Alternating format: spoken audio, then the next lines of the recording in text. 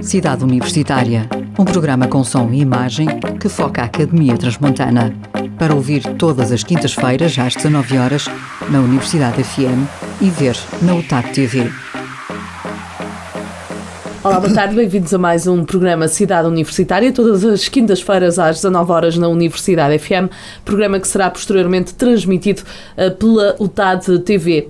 Hoje, como convidado, temos o professor Paulo Russo Almeida, ele que é investigador e docente na área da apicultura, no Departamento de Zootecnia da UTAD e também responsável pelo LabApis, o Laboratório de Apicultura. E vamos falar precisamente hoje de apicultura, abelhas e abelhas boas e abelhas más, digamos assim.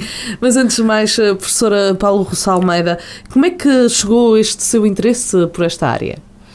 Bom, o meu interesse pela apicultura já vem de longe. O meu estágio de licenciatura em Engenharia Zootécnica, portanto, nos anos 1991, 92, já foi sobre a caracterização do mel da zona agrária da Terra Quente, portanto, ligado à apicultura.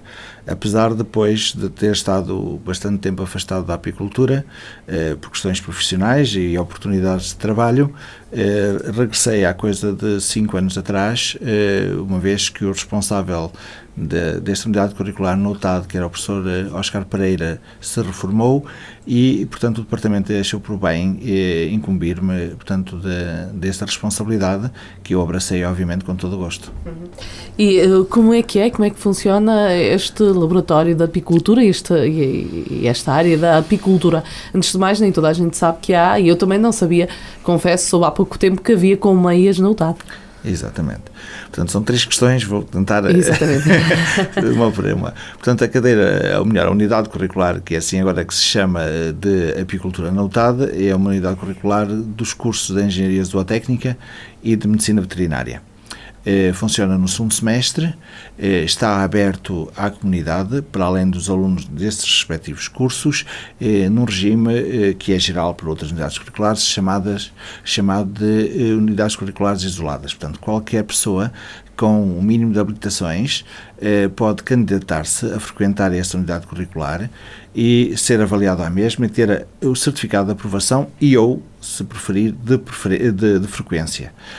Para isto só tem que se inscrever na Secretaria da UTAD, manifestar o seu interesse e depois e o seu currículo, e serão obviamente selecionados as pessoas que reunirem as condições necessárias. E que condições são essas? As condições têm que ter um mínimo de habilitações que permitam, obviamente, entender os conteúdos, portanto, tem que ter alguma formação em biologia, tem que ter um nível de literacia, pelo menos do 12º ano, que permita, de alguma forma, compreender os conteúdos e, de preferência, que tenha, ou em alternativa, que tenha já alguma experiência em apicultura, portanto, que consiga, obviamente, dominar alguns aspectos relacionados com as abelhas. E, precisamente, esta cadeira, o que está a dizer é que é uma cadeira aberta ao público em geral e que, portanto, para um apicultor, alguém que tenha algumas colmeias, que é uma cadeira interessante para participar, para aprender mais um bocadinho. Exatamente, portanto, o objetivo é esse mesmo, é dar formação por essa via, portanto, cobre todos os conteúdos teóricos e práticos. Para isso temos exatamente quer o laboratório apícola, quer o apiário, portanto, na UTAD, que complementam, do ponto de vista prático, toda a formação teórica que é lecionada ao longo do 2º semestre. Muito bem, esta cadeira, já falámos a nível exterior, a nível interno, como é que funciona, como é que estão as colmeias, portanto dá um aspecto muito prático, o laboratório em si e também o facto de ter colmeias, ou seja, estão mesmo a produzir, como é que funciona? A unidade curricular funciona como outra qualquer, tem a componente em sala de aula, portanto, que são cerca de 2 horas por semana, e tem a componente depois da parte laboratorial, quando são, por exemplo, para identificar exemplificação da detecção de algumas doenças das abelhas. A gente recorre à parte laboratorial para mostrar esporos de nosema, ver à lupa a varroa, ver outras aulas desse género. E depois na parte do apiário temos obviamente as várias técnicas usadas na apicultura, desde desde a criação de rainhas, à formação de núcleos, à colocação de cera moldada, portanto, um conjunto de técnicas que são típicas, obviamente, da apicultura. A vantagem é exatamente que o apiário fica dentro do campus da UTAD, facilmente acessível e, portanto, além de outro aspecto que agora recordei, que é o seguinte: apesar da unidade curricular ter 2 horas por semana, e uma vez já funcionou o ano passado em regime de aberto à comunidade, aquilo que eu tenho feito é prolongar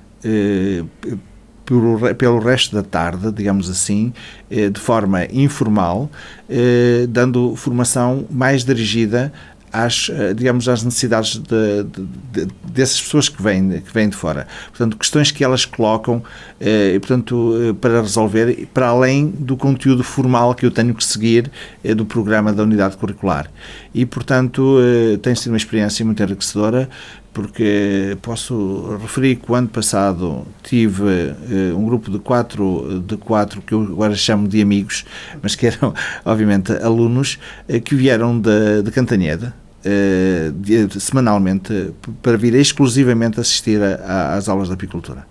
E, portanto, foi uma experiência muito enriquecedora, deu para criar amizades, para compartilhar experiências, para fazer demonstrações no laboratório que estavam para além do programa da unidade curricular. Foi ótimo. Interessante, sim. De facto. Eu ia precisamente salientar este facto, é que a UTAD tem uma vantagem em relação a muitas universidades do país, que é uma quinta.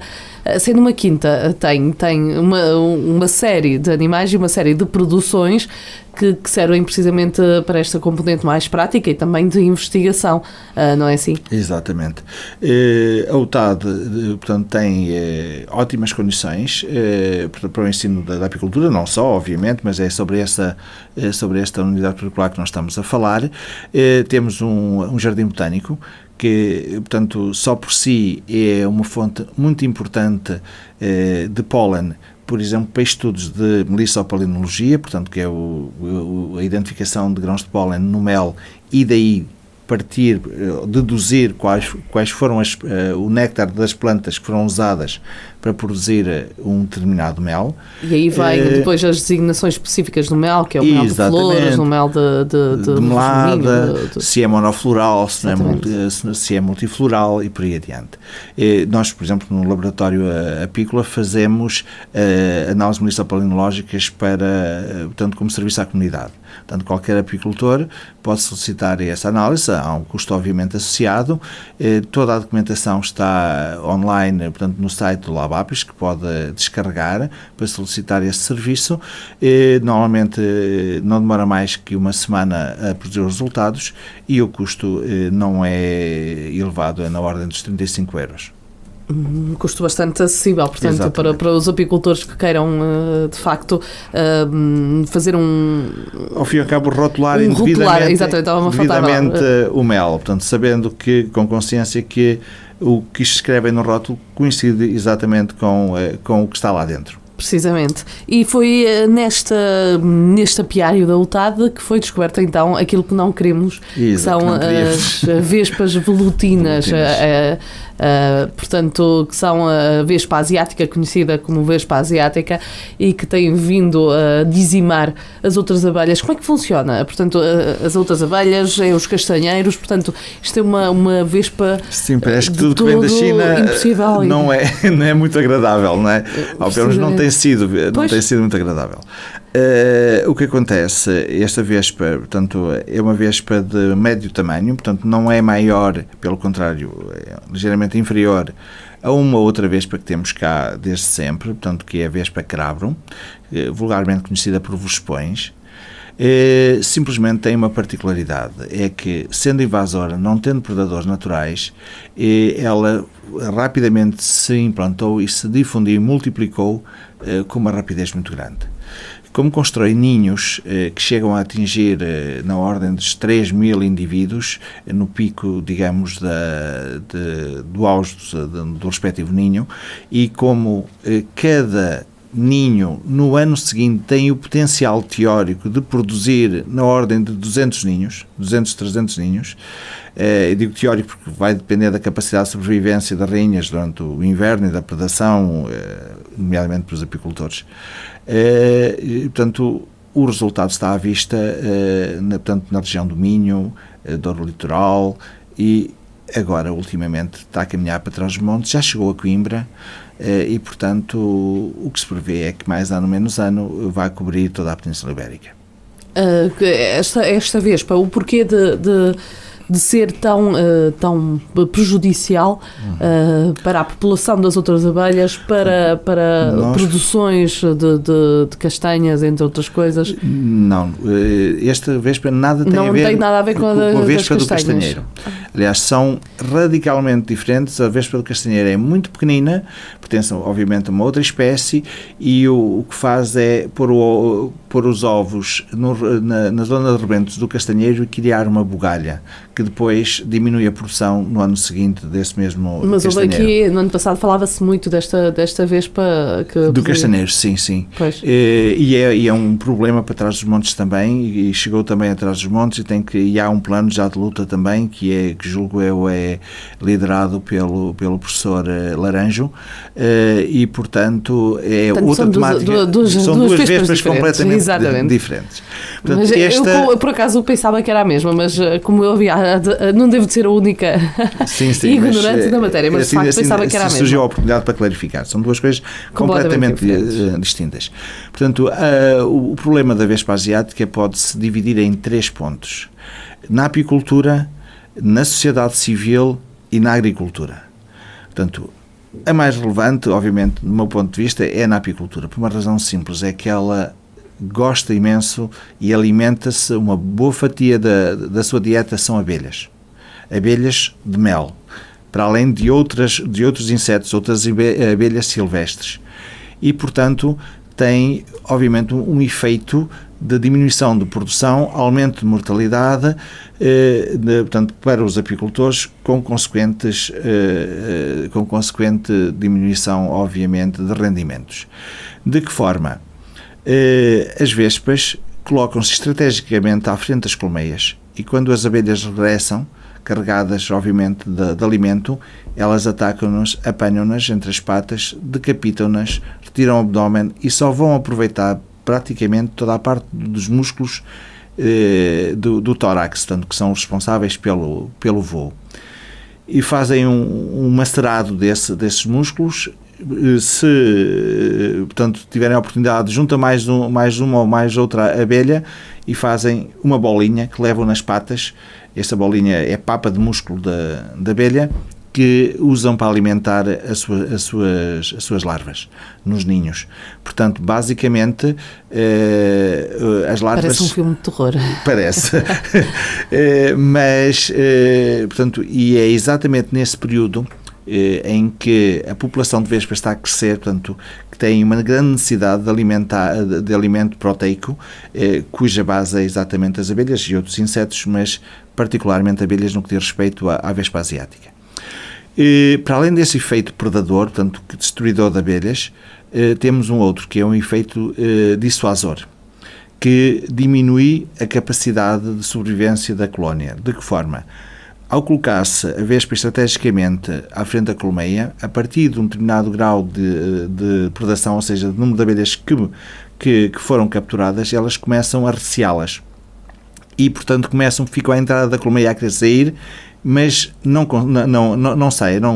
Ou seja, há uma determinada altura, em pleno verão, que as abelhas praticamente são impedidas de sair, lá sai uma outra e dessas que saem, uma boa parte já não regressa. E, portanto, tem efeito dissuasor de diminuição da formação de reservas para depois para o inverno. Isto porquê? Porque neste período, que coincide, digamos, com o auge do ninho das vespas, em algumas regiões já houve cresta, portanto já houve produção. Mas o que é que acontece? As colmeias têm que criar reservas suficientes para depois, durante o inverno, vão usar essas reservas para o atravessar, portanto, para sobreviverem a ele. Ora, há 2 efeitos negativos. Diminuição de reservas porque as abelhas não saem. Como as abelhas não saem, não há estímulo de entrada de alimento, a rainha não põe, ou põe menos. O número de abelhas, portanto, não há renovação de gerações, e o número de abelhas com que essas colónias vão atravessar o inverno é menor.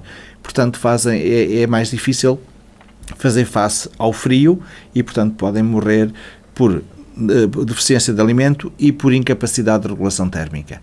E, portanto, o apicultor, no início da primavera, confronta-se, obviamente, com uma elevada mortalidade.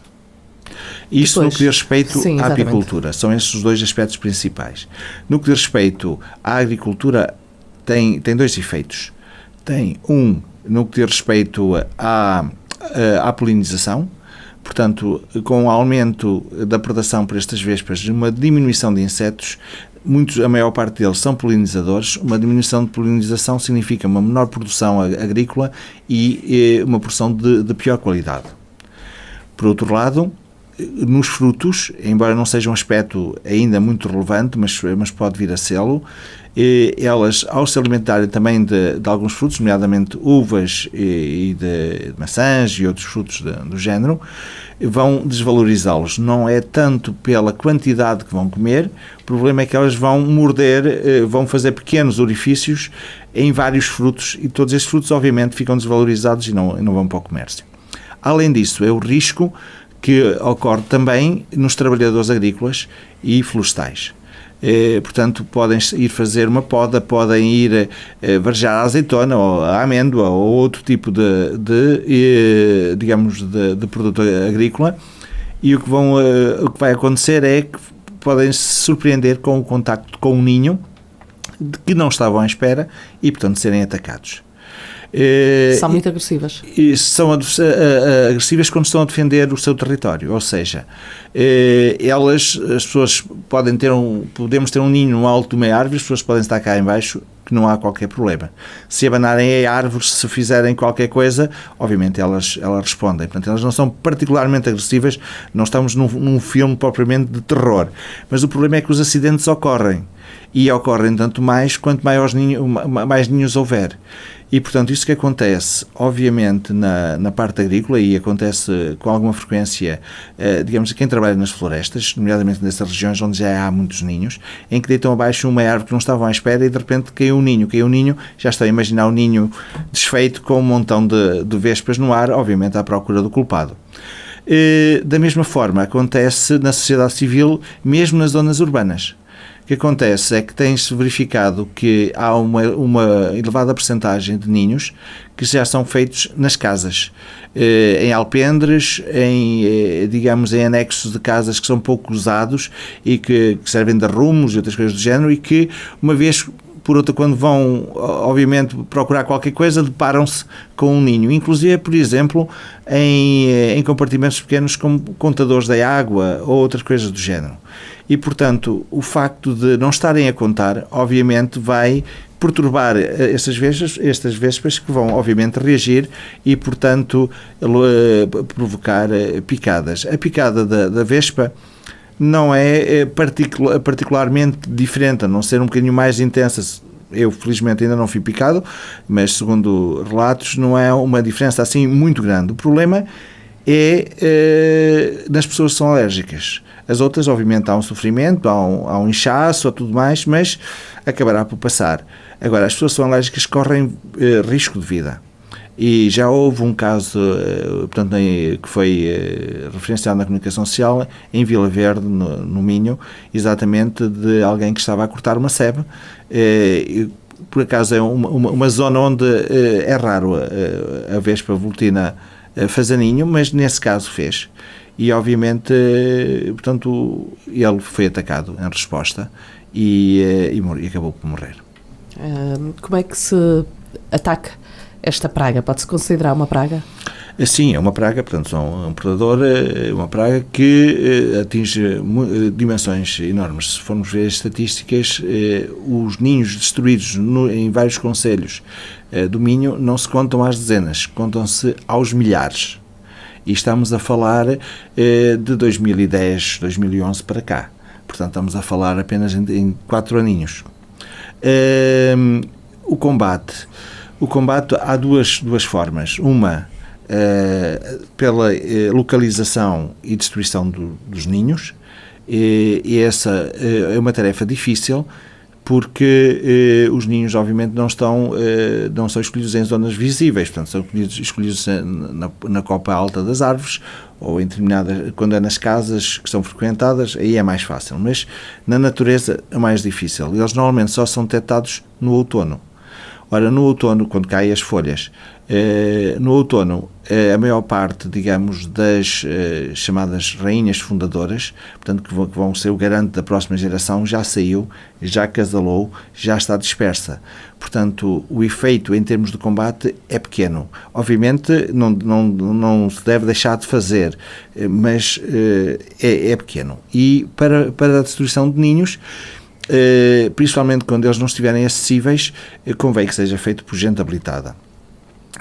Primeiro, alerto que o olfato normal comum do apicultor pode não ser suficiente para salvaguardar da picada de uma vespa boletina, que pode ter um ferrão na ordem de 5 a 6 milímetros de comprimento. Portanto, que alguém que se aproxime deles com proteção tem que, para além do fato de apicultor, ter roupa bem grossa por baixo para evitar que seja picado.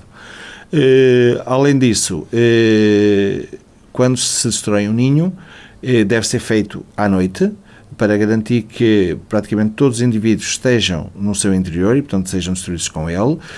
Deve-se ter cuidado com as imediações, portanto, não haver outras pessoas por perto, e todas as condições de segurança. Portanto, daí que aquilo que mandam as normas é que seja contactada a Proteção Civil, e os bombeiros depois são com a devida formação que já tiveram, são encarregados de proceder à destruição dos ninhos. Muito bem, e para precisamente dar todas estas indicações... Só me falta a outra parte. Portanto, esta é uma das vias em termos de combate. A que está na mão dos apicultores, e é aquela que vai ser alvo no próximo sábado de um workshop, que presumo que teremos a oportunidade de falar um pouquinho mais à frente, que vai decorrer na UTAD com esse objetivo, é o uso de armadilhas para as vespas. Portanto, no ciclo da vespa temos um período crítico, que é o período de primavera.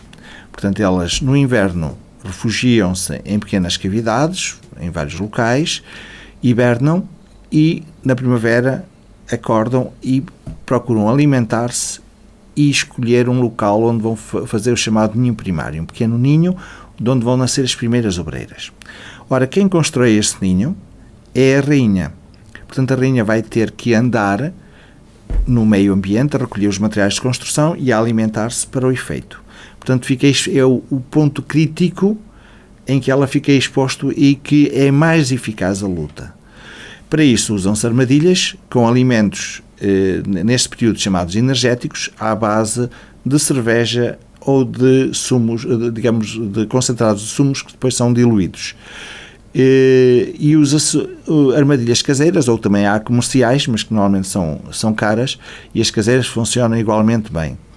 Basicamente é uma garrafa de 1,5 litro de água, portanto sem a água, obviamente vazia, que se corta a parte cónica superior e se inverte e se faz uma pequena proteção para evitar que, quando se chover, que vá diluir o isco. E depois há pequenos pormenores que serão explicados, obviamente, nesse workshop para garantir, ou melhor, para diminuir os efeitos colaterais. Porque nessas armadilhas não vão cair só vespas, podem cair outros insetos que são benéficos e, portanto, temos de salvaguardar pequenas fugas e evitar também a morte por afogamento. Por essa forma, incidimos o máximo de ação predadora, digamos, destruidora nas vespas e com o mínimo impacto, obviamente, no ambiente, outros animais. Nos outros insetos. Este workshop realiza-se então no próximo dia 5. Exatamente. Está aberto precisamente a toda a comunidade em geral? Está, sim senhor, aberto à comunidade em geral e já agora queria, digamos, aproveitar esta oportunidade para informar que os apicultores que por qualquer motivo não tenham acesso à internet para fazer a inscrição, que poderão dirigir-se na mesma para esse workshop e farão a inscrição no local. Obviamente que aqui os que puderem fazê-lo online é melhor, por uma questão de organização, para nós termos as condições, obviamente, necessárias à recepção do número em causa, digamos, de inscrições, que por sinal já está num número, digamos, que ultrapassou as nossas expectativas. É quantos já? Neste momento, ontem tínhamos já 68 inscrições. Muito bem. Fica então aqui o convite, dia 5, na UTAD. Dia 5 na UTAD, por volta das 9 horas da manhã é o início, portanto convém estar um bocadinho mais cedo para a inscrição. Em que edifício? No edifício das Ciências Agrárias. Muito bem. Portanto, é só durante a manhã, tem duas componentes. Metade da manhã com a explicação teórica do que é a Vespa, qual é o seu ciclo e, digamos, tudo à volta da Vespa, o tipo de armadilhas, que tipo de discos e por aí adiante. E a segunda parte, onde os apicultores são convidados a fabricar a sua própria armadilha sob a orientação dos vários tutores que vão estar presentes. Muito bem. A professora Paulo Russo Almeida termina aqui a nossa entrevista. Muito obrigado por estar presente aqui nos estúdios da Universidade FM.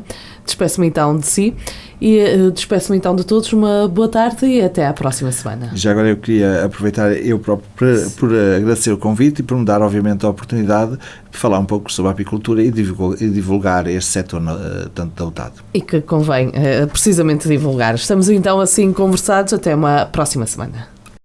Cidade Universitária, um programa com som e imagem que foca a Academia Transmontana. Para ouvir todas as quintas-feiras às 19 horas na Universidade FM e ver na UTAD TV.